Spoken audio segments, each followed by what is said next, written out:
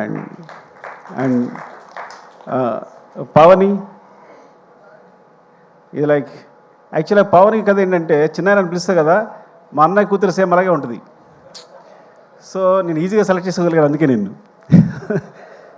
So పొద్దున కూడా చెప్పాను తనకే సినిమాలో పవన్ని సెలెక్ట్ చేయడం కోసం, కావేరి క్యారెక్టర్ సెలెక్ట్ చేయడం కోసం నీ గురించి అన్నానని మా అన్న కూతురు తనకే చెప్పాను.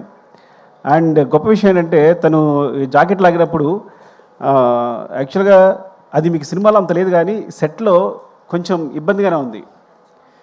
తను ఏమాత్రం ఇబ్బంది పడకుండా నేను ప్రతి షాట్ తర్వాత సారీ చెప్పేవాడు. కానీ నాకు అనిపిస్తుంది ఏంటంటే సినిమా కోసం ఏ యాక్షన్కి వెళ్ళారైనా నాకు నచ్చుతారు, ఏ యాక్షన్కైనా.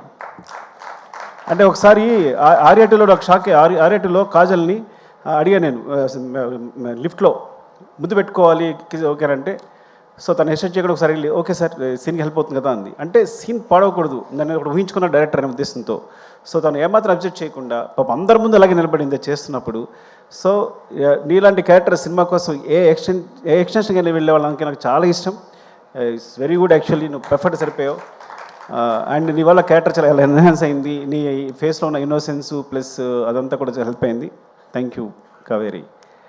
అండ్ క్రాంతి ఐ ఫౌండ్ నీ ఫేస్ అంటే విచిత్రమైన ఫేస్ నీది, అర్థమైందా? పాపం క్రాంతి ఎప్పుడో 10 years 6 years 7 years తెలుసు నాకు. సో తను మంచి మంచి క్యారెక్టర్స్ వేస్తున్నాడు. But okay